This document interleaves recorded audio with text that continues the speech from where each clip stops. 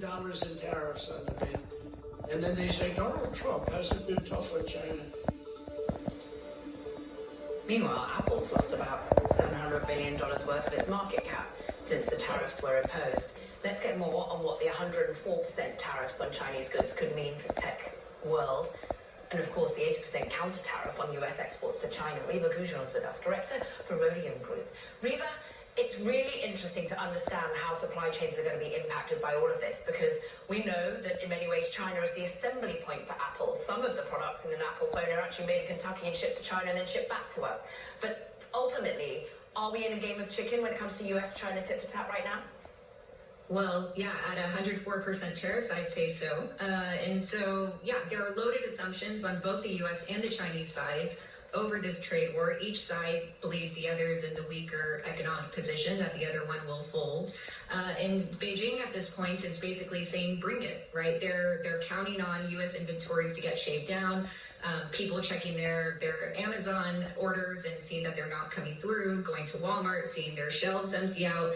And so at that point, this is obviously going to force a conversation, but to what end, right? There's not much fodder for a real negotiation here. You could have some sort of a reset, maybe getting back to, let's say, 54% tariffs. But that's not much of a win here, right? After this scale of disruption, and already supply chains, as you mentioned, are going to be greatly disrupted.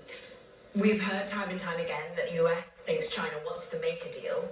Do you think that ultimately it does, that we ever get to a better outcome in this scenario? Because there are companies currently locked, not knowing what to do in this scenario as to whether the tariffs are short-term or long-term.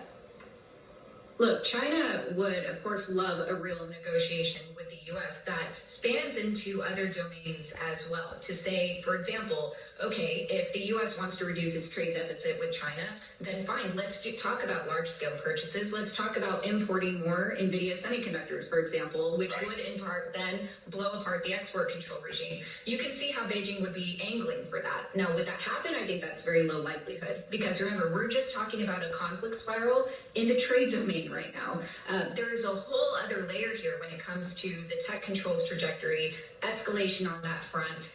Also, how China's getting more creative with its own retaliatory toolkit, which is going to put multinationals in China, particularly tech companies, in a very difficult position in the months ahead.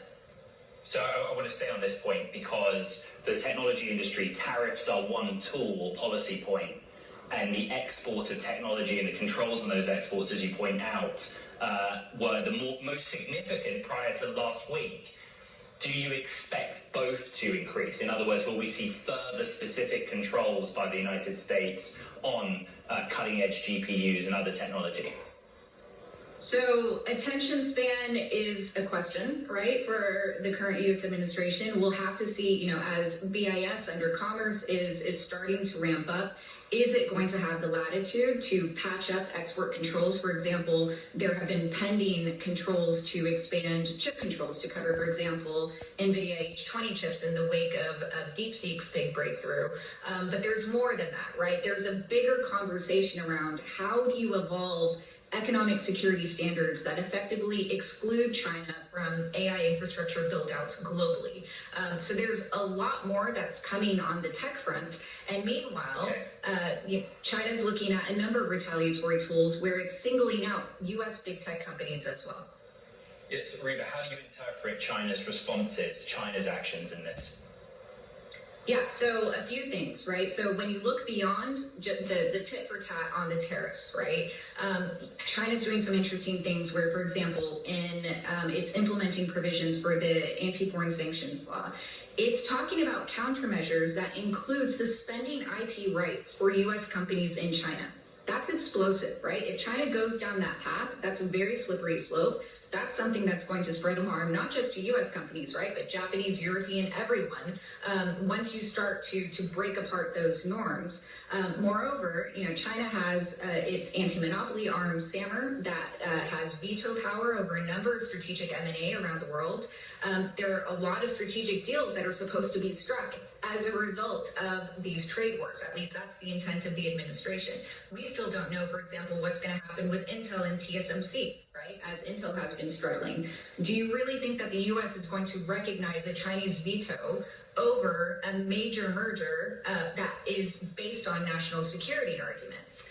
So we're already veering toward this conflict of law conundrum on that front, as well as on the IP front, which again is a very slippery slope for tech companies.